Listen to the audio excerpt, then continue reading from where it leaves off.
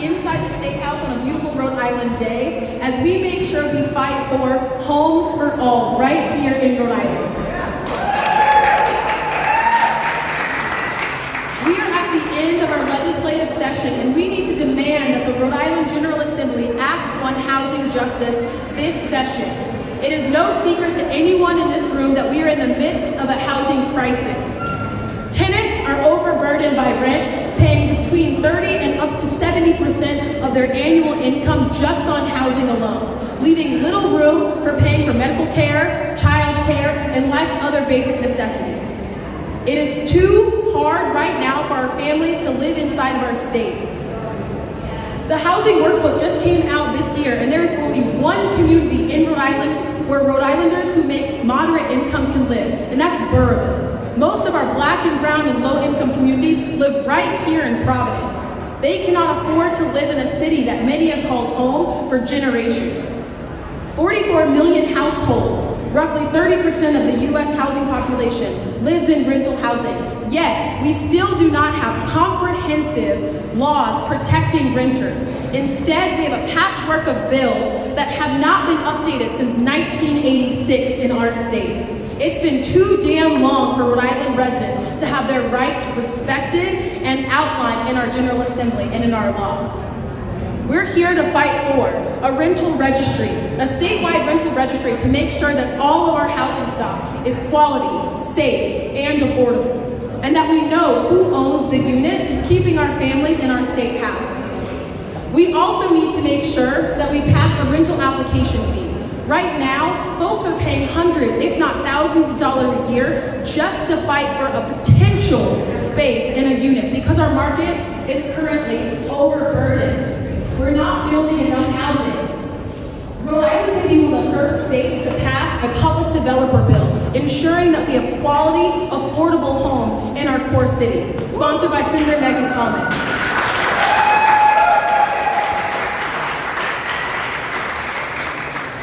We also need to make sure that this year we seal eviction records. Keeping families housed is a priority in our state. During the COVID-19 pandemic, we saw eviction rates decrease to some of the lowest they've been in over 30 years. But right now, after the moratorium sunset, we've seen over 113% of evictions kick up in the last month, leaving Rhode Island families on the cusp of homelessness. Homelessness and evictions is not just one occurrence. It is a cascade of events that leaves people housing insecure for up to 7 years on their record, increasing the amount of housing security right here in our state. We need to make sure that this session we pass comprehensive tenant-focused legislation and seal evictions, sponsored by myself and Rep. Tansy on the House.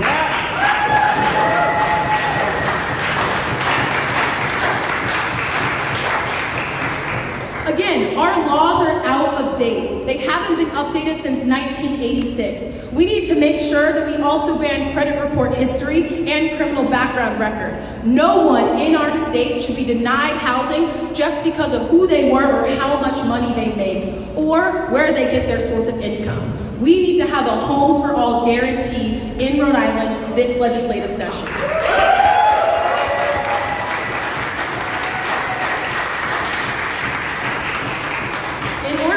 More homelessness, we also have to make sure we have and ensure a right to counsel for everyone going through eviction court. Because again, eviction is not just an event, it is a cascade of events and consequences, leaving our families, children on the street right here in our communities with loss of income, lower educational outcomes, and a whole host of other significantly negative impacts on their health, their housing, and their futures. We need to make sure that we also have a right to habitability for all of our units, including lead pipe mitigation, increasing our infrastructure, and protecting all of our families from lead poisoning. Because in 2023, lead poisoning should not be a reality for the majority of our families who live in our urban core.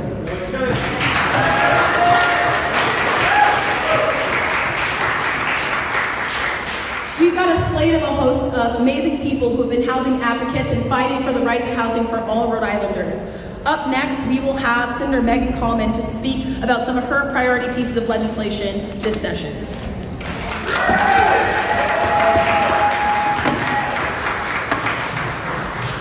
everybody. I'm not sure we're allowed to do a chant here, but I'm going to do it real quick anyway. When I say homes for all, you say homes for all. Homes for all! Homes for all! Homes for all! Homes for all! There we go. Thank you. I'm Meghan Kallman. I am the Senate sponsor of the Create Homes Act, the rental registry, and a handful of other housing development projects particularly. So Senator Mack spoke very eloquently about a number of the tenant protections that we are concerned with this session. I am really interested in housing development because until we have more housing, we are going to feel pinched. So we need to be developing housing at a real quick rate. I am grateful to the support for the support of multiple colleagues, both in my chamber and in the House, for their committed dedication to this issue. But specifically, the Create Homes Act would do a couple of things that Rhode Island currently does not have the capacity to do. So one, it would create a land bank, which means that if there were land that were in disuse, the state would be able to purchase it at a fair market rate, but then sort of have it at the ready and be able to turn it over faster. It would enable the state to contract with developers, both public and private. It would allow the state to create its own and manage its own housing. And it would also enable the state to sort of purchase and maintain existing multifamily housing. So we got to do a couple of things here. We have to preserve the housing that still exists. We have to make the world fairer for renters, and we have to build more. We have bills in both chambers this session that do both, and I'm just so proud to look out here and see this huge representation of our community who agree that housing is necessary. We're putting in the time and the energy and the heart to make this a reality. Thank you all.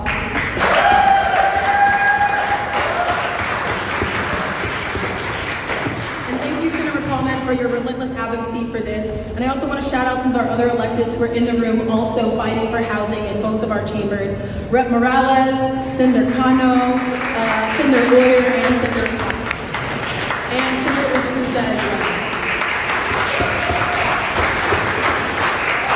And because it's our duty to fight for all of our freedom, our next speaker will be Barnaby, who's a formerly incarcerated person struggling to find a unit right now.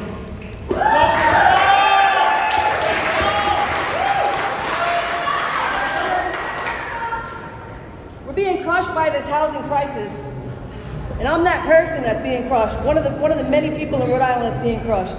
I've been living in Airbnbs and hotels for the past 6 years. I haven't had stable housing for more than a few months since I entered the system at the age of 14. Now I'm almost 40, and I'm still completely unable to find a stable housing. I cannot express how strongly enough how damaging it is to not have a safe and stable place to live. I made some bad choices when I was younger that landed me in prison. Every time I get out of prison, I want nothing more than to be a responsible citizen and lead a normal life.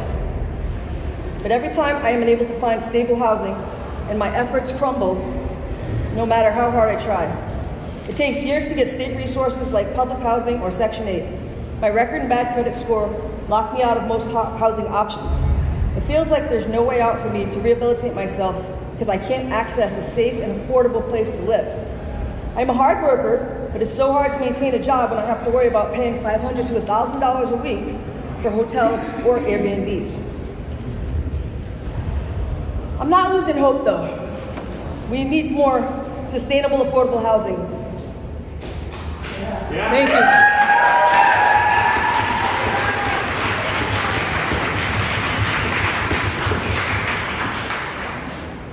Thank you, Crystal, for those powerful words. Before we call up our next speaker, who will be Rep. Cherie Cruz, another champion in the House side fighting for this legislation, I want to remind everyone that we're also here to lobby our elected officials. You're in the people's house. Those are your elected officials. Make sure you take a look at that QR code, find out who your representatives are, and after we finish rallying here, we'll take it to the floors and talk to our elected officials who have the power to make these pieces of legislation reality for Rhode Islanders.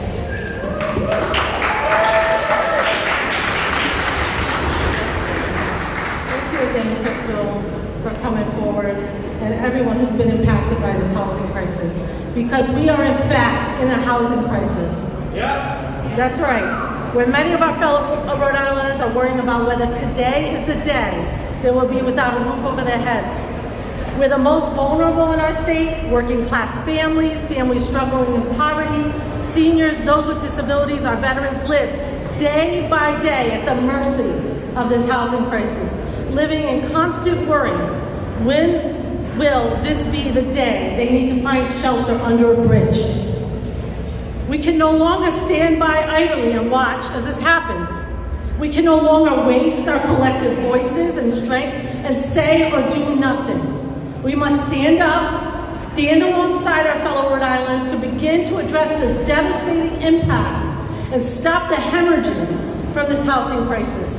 That's why we're here today, to advocate for bold and creative solutions. Can I hear Homes for All? Homes for All! That's right. The work is beginning here at the State House, as you heard so many speak of.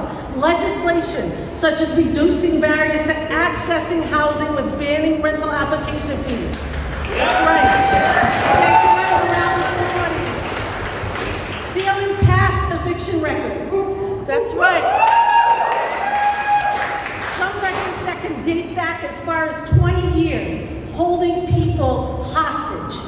And funding bold and creative ideas through legislation such as the Create Homes Act that would make Rhode Island the first state in the country with a state-level public housing developer. Can I hear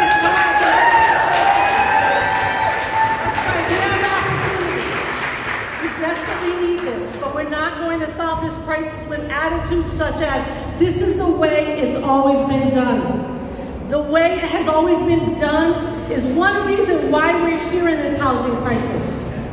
That's right. We have a unique opportunity to end the way things have been done that has gotten us to this place. Opportunities such as the state-level public housing developer. We have the power to begin to alleviate the further hardships to families in our state. Our collective voices and actions can get us there. We have to stay the course and continue to advocate and do the work alongside fellow community members, our champion legislators, and state leaders to ensure that we do not stop in working on creative solutions and bold actions to get this done and ensure that every Rhode Islander has access to quality housing. So let's get this done. Homes for all. Homes for all.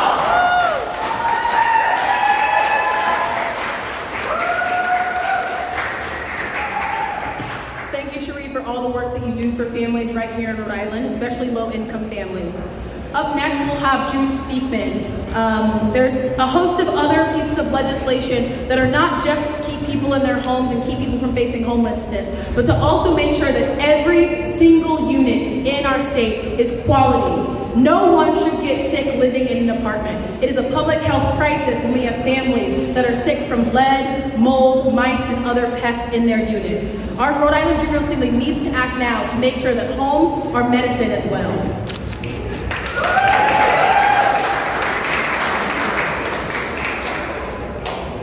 Hey everyone. For decades, federal, state, and local governments have abdicated their responsibility to provide this fundamental human need, which is housing. It is heartening this year to see so many policymakers working on creative solutions to deal with the housing crisis, and so many advocates here joining us today and on many other days this session. So thank you for all your work. I want to talk about one piece of legislation that hasn't yet been mentioned, although I am in full support and co-sponsoring on most of what has been mentioned, and that is the revolving fund. It is great to make zoning accommodate multifamily housing, and it is great to set up a public developer, but we cannot build housing without money. And Reclaim has helped me develop a new funding mechanism. It's a revolving fund. It is, if you had 5 hours to read the article in the New York Times on Sunday about Vienna, you will understand a little bit of it. It is also a model from Montgomery County in Maryland, and we're going to try to set it up here, which will provide a consistent funding stream to do the development and build all of these units that we need to meet the needs of Rhode Islanders. Thank you.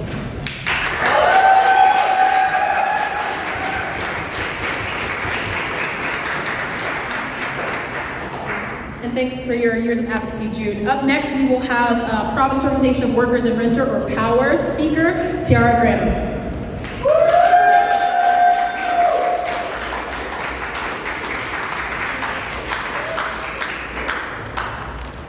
Good afternoon, everyone. My name is Tiara Mack. I've lived in Providence my whole life, and I have 2 young sons. We've been renting on Lawn Street from Terri to Jesus for 6 years. A few months ago, I joined the Providence Organization of Workers and Renters, POWR, who have been standing with me and my family in our support for justice. Like a lot of Rhode Islanders, I've been paying hidden penalties. There are unsafe conditions. The lead that led to poisoning my son, and a long list of code violations that have not got fixed yet. There's drafty windows, musty cupboards, broken railings, mold, mushrooms growing out of the floor. Then there's the stress of trying to find safe and healthy, affordable housing. And the insults and intimidation I've endured for standing up for myself and my family. My son was lead paint poisoned by Mr. De Jesus, most likely when he decided to do some renovations in my apartment, with being rushed and efforts to sell the house. Without providing legal notice, he sent Cherie Cruz out who ripped apart my bathroom and also the kitchen. All the while, Senator De Jesus has been doing well for himself, flipping houses all over the city. He sold multiple buildings in the last few years, including a house on the east side for over $1 million. Despite that he's being cited for the city for 20 code violations and being fined daily for the substandard conditions I'm living with, he has not done what the city has asked him to do. Shame. Shame. Instead of verbally abusing me over the phone, led to lies on social media. 2 weeks ago, the Department of Children, Youth, and Families was sent to my home on baseless, anonymous tips, including the same false accusations that were made on my Facebook page. He's trying to retaliate against me for organizing and joining the tenant movement, but I have people supporting me, and I'm strong. Through building our power as tenants, we are going to get justice and a safe housing for my family and all working class families. Thank you.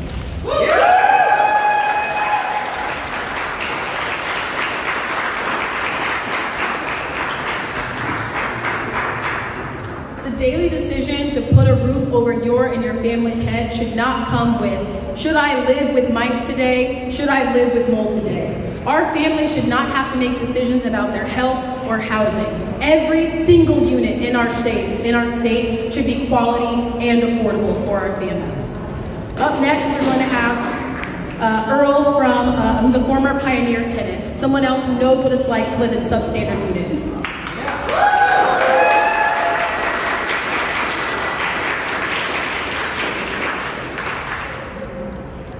Hello, I'm Earl. I am a working class citizen, truck driver. I come here just because as a working class citizen, I'm pretty sure a lot of people feel the same way. Feels as if we have no protection. We have to live in lead-filled homes. We try to stand up for ourselves. You can easily get kicked out of your home. And if you can't leave the home because you can't find a place to live, because there is housing applications that cost you $50 to hundreds of dollars, you can get hit with an eviction. I was one of the lucky people who was able to find a home before something like that would happen. There's not too many people who can find a home right now, because everything is outrageously expensive, even for someone who makes $20, $30, $40, $60, $70,000 a year. So that's why we need to have these bills passed. We need to have lead-free homes. We need to have the application fees go away. We need to have eviction records sealed. And most importantly, we need to have public housing. We need to have homes for all. Because we try to sit and wait for the system to repair itself like everyone tells us to, it's only going to get worse. Yeah. Homes for all.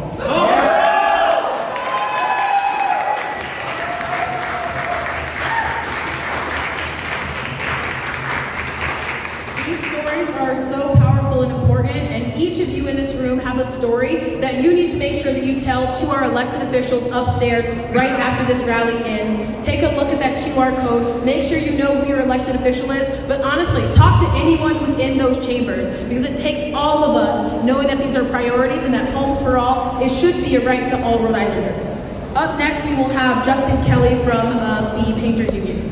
Yeah!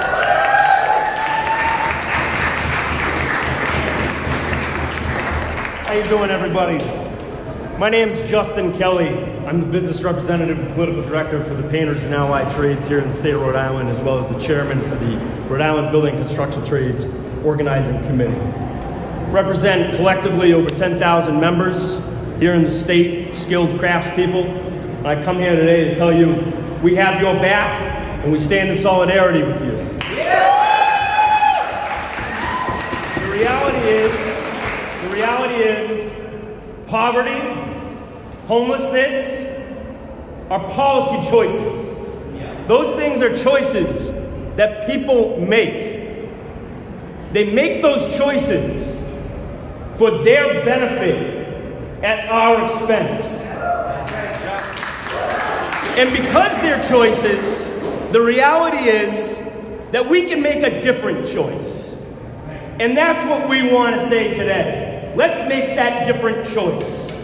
Let's go ahead and take that step. That step that might be a little bit scary for some of the elected officials here. That might be a little bit scary for some in the business community. But I'm here to tell you, you'll be all right. You're going to be okay. You're still going to be all right. You're still going to make profit. The state's not going to collapse if we make these choices. And in fact, the state's going to do better. Everybody's going to do better. But in a world, in a country where we have more wealth than at any other time in human history and in any other place in the entire world, it's not just a choice, it's a crime that people are sleeping on the streets tonight. It's a crime that in 2023 in Rhode Island, any child would be poisoned by preventable lead poisoning. It's a crime that you're going to work over 40 hours a week, 40 hours a week, or whatever, any hours a week, and you're going to live in poverty. So don't wait. Don't wait for legislation to pass. Don't wait for policy to change. Organize yourself.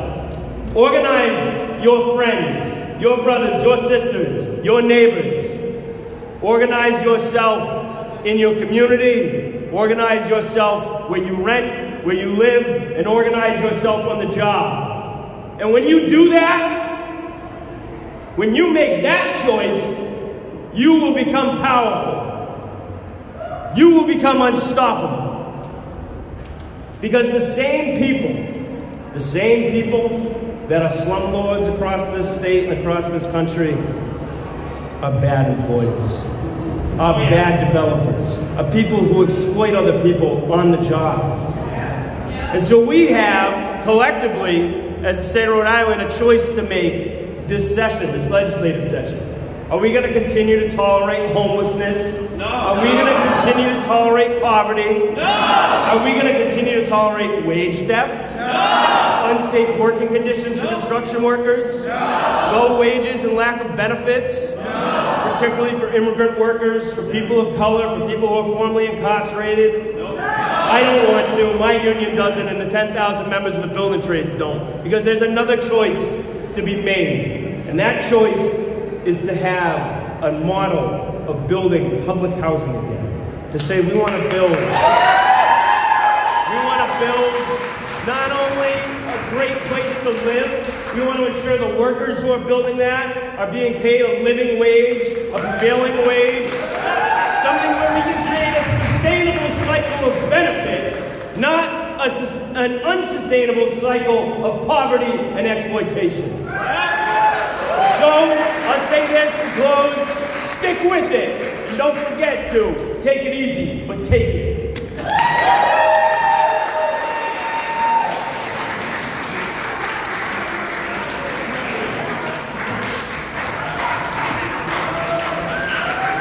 Yes, getting a public developer in Rhode Island will not just ensure that we are getting our climate goals here in Rhode Island, it'll make sure that we're having environmentally friendly places for our tenants who are overburdened by asthma rates in our communities. We'll also make sure that we are paying a prevailing wage, because again, no one should live in poverty while we are building quality and affordable homes right here in our state. Up next, we'll have Terri from there, who's been in this fight for many years. Woo!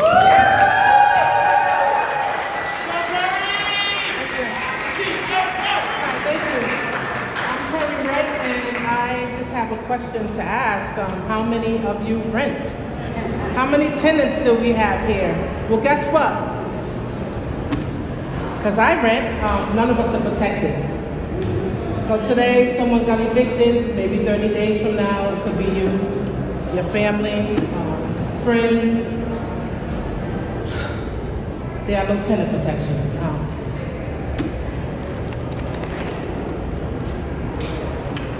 This is an opportunity. We have an opportunity to lessen the poverty rate that is growing in low-income communities, in every community now, due to landlords and property owners raising rents astronomically high, not keeping their properties up to code, and we really want to mitigate present and future harm to tenants and families. A rental registry will ensure that all rental properties are safe and healthy for tenants, and that the housing is up to state regulated code. And that's very important because housing is health, and housing should not make anyone sick.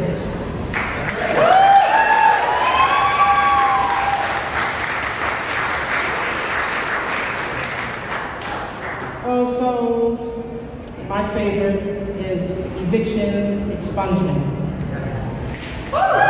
Eviction ceiling. I wondered,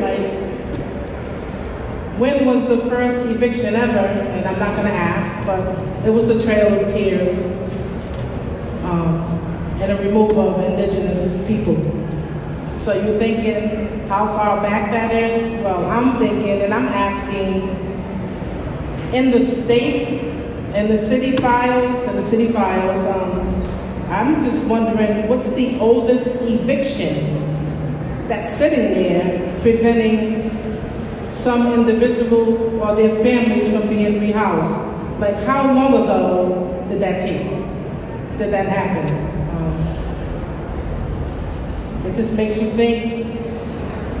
This housing crisis, it didn't grow overnight, but a lot of neglect was put into what we see here today. Housing is a human right. Yes, it is. And I do believe, like everyone here, in Homes for All.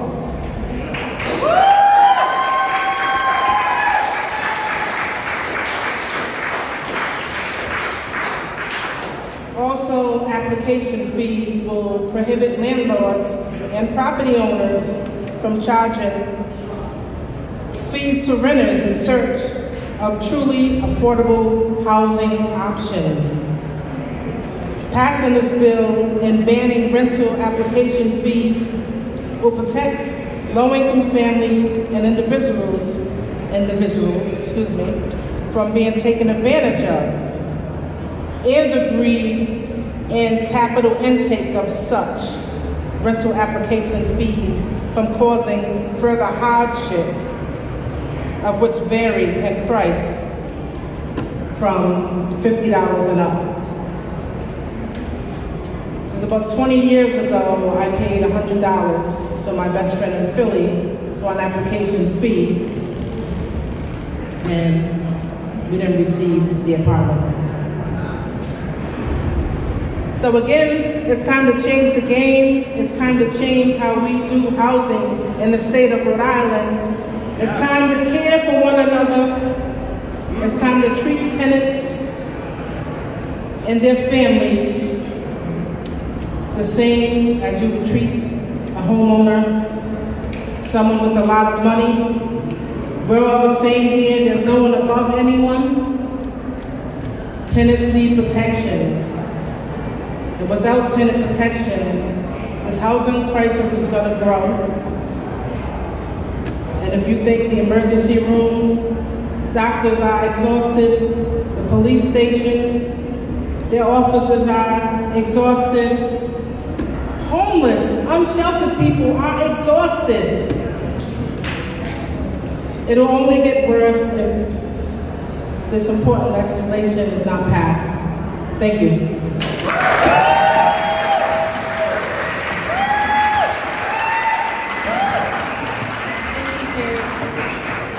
And before we welcome up our last speaker, tonight the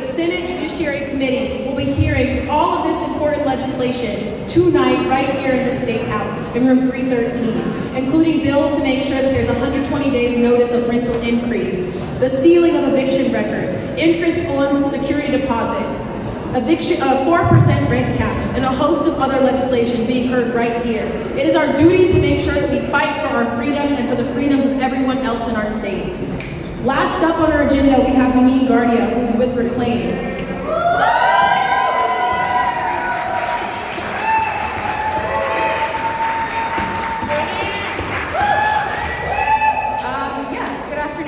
Thank you so much for coming out. I know this is also like an awkward time in people's like schedules this week on a Tuesday at 3. So again, thank you to everyone who came out. We are keeping the ones who couldn't make it in our hearts and minds. Thank you to all the speakers before me. I'm the last one, but mine's also a little bit more meatier. So hopefully we can still be pumped, right? And again, thank you especially to the tenants and the legislators that came out. We are gathered here today in support of historic investments in housing production and affordability, because we believe that everyone has a right to a home. And we believe that our fight is for the state of Rhode Island to respect and guarantee that right. In 2021, Rhode Island increased housing supply by only 1,150 units, which ranked last in the nation on a per capita basis, according to the most recent Rhode Island Foundation report. Reducing the red tape holding up development is important, but we need to proactively build out a state-level system to solve the problem. And that's why Rhode Island needs a state-level public housing developer. Yeah.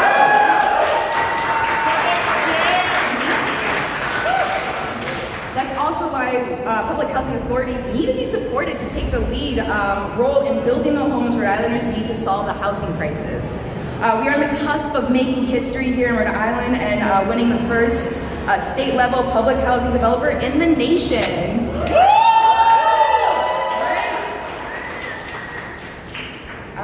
I moved out when I was 16 years old. By the time I took shelter into my own hands, I had moved at least like 9 different times between Pawtucket, Central Falls, and Cumberland. I remember my mom saying, you know, where did all the like 3-bedroom apartments for like $800, right? Well, we're about 10 years too late for that, right? As you can see from the market. Luckily, my mom at the time got assistance, but it was hard to move around with, 3 little girls. My mother's story is not that unique in the low to very low income community. Imagine other single parents, Rhode Island families experiencing similar instability. We cannot rely on the private market to rent us apartments that are affordable on the wages we earn. Why? Because rent depends on the landlord's affordability of their mortgage. And what they can't afford, we pay as rent. The banks are not gonna help us. The private housing market is not gonna help us. We must advocate for progressive solutions. There are 2 key pieces of legislation that will put the public sector in a position to start leading on solving this crisis. Senator Meghan Kallman for Senate Bill 866 would create a land bank so that the Department of Housing can assemble unutilized publicly owned land to develop housing. Yeah!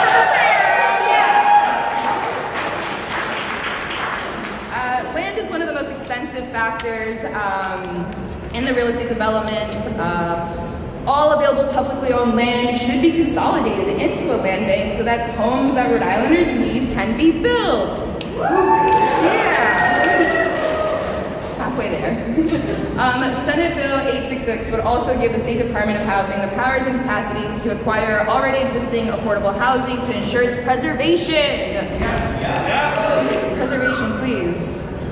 Too much of the state's naturally occurring affordable housing that is relatively affordable but unsubsidized by any government program, is in deplorable conditions. Yeah, rife with like lead, leaks, rodents, sewage.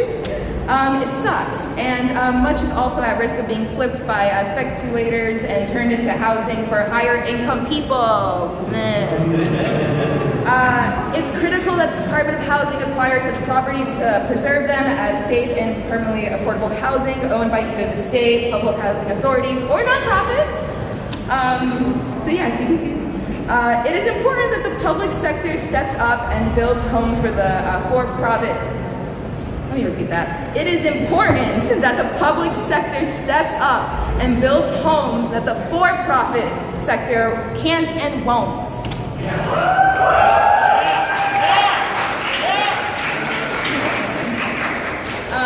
Rep. June Speakman's House Bill 6168 would create a public housing developer financed by a revolving fund to build own mixed income housing directly for in partnership with local public housing authorities. Shout out public housing authorities.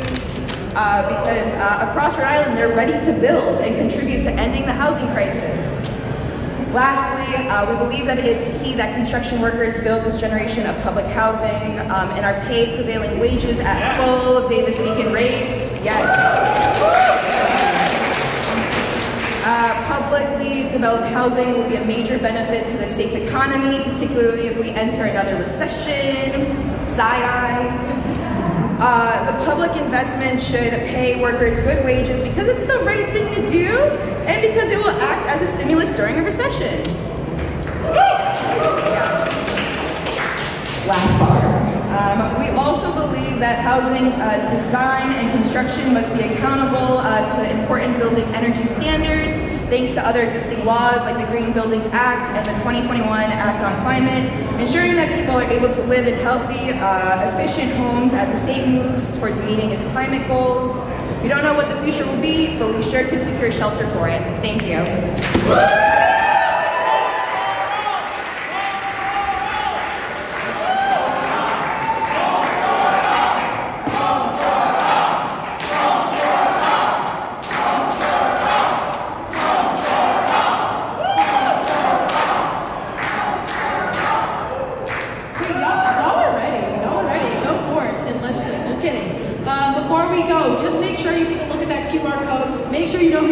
In both the House and the Senate, we can pass important and key legislation to make sure that no Rhode Island family ever has to ask the question, rent or medicine, rent or car payment, rent or house, rent or food, rent or education. Rent or is not a question that anyone should have to ask in 2023. As a formerly low income person, I saw my mom have to ask that question too many months growing up. We can get homes for all. One last time. When I say homes for, you say all. Homes for all.